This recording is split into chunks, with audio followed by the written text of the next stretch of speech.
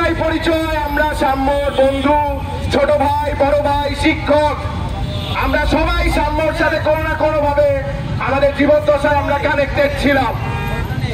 যখন দেখি তার নিজের দল থেকে শুরু করে সবাই রাজনীতি টানে আমার বন্ধুর মৃত্যু নিয়ে, তখন আমার বুকটা হাহাকার করে, আমাদের সবার বুক হাহাকার করে উঠে।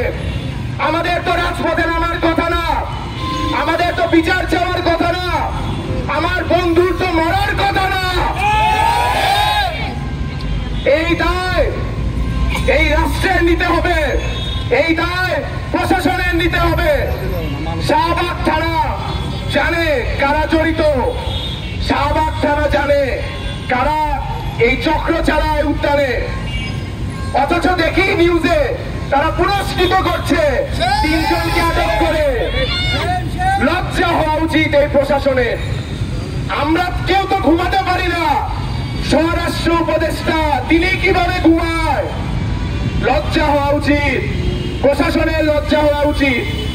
আমাদের দাবি খুবই স্পষ্ট, আমরা সাম্যর সঠিক বিচার চাই।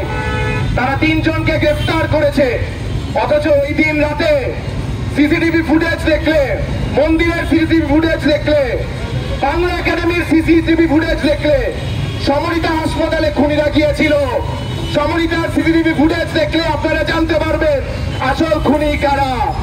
তারা তাদেরকে কেন লুকাচ্ছে, উদ্দেশ্যটা কি? তারা প্রহসন চালাচ্ছে, প্রহসন। কত টাকা পাইছে, কত টাকা পাইছে? তারা টাকার বিনিময়ে লাশের লেনদেন করে।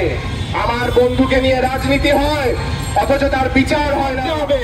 আমাদের একার পক্ষে সম্ভব না, সবার আগিয়ে আসতে হবে। এখানে আমরা ঢাকা বিশ্ববিদ্যালয়ের শিক্ষার্থীরা আছি, তার সিরাজগঞ্জ থেকে শিক্ষার্থীরা এসেছে, সারা বাংলাদেশ থেকে এসেছে, যারা সাম্যকে কোনো না কোনো ভাবে চিনত। সাম্য এমন এক ব্যক্তিত্ব ক্যাম্পাসে যে রাজনীতির তোয়াক্কা করতো না, যে মতাদর্শের তোয়াক্কা করতো না, সে সবার সাথে মিশত।